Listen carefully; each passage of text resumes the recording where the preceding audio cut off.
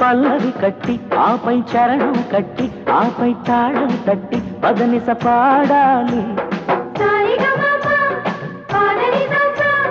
తబలా పట్టి ప్రకటిమి దరువులు కొట్టి ఆపై ముద్దులు పెట్టి ముచ్చటలాడాలి. పెళ్ళైతే శోభనాల పేరంటమే పండును చెండును దిండును పంచడమే.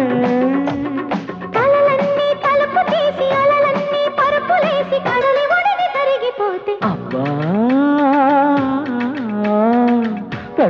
పెట్టమంది పిల్ల శ్రావణ మాసంలో పెళ్లికి లగ్గం మల్లెల మంచంలో మన్మథ లంచం.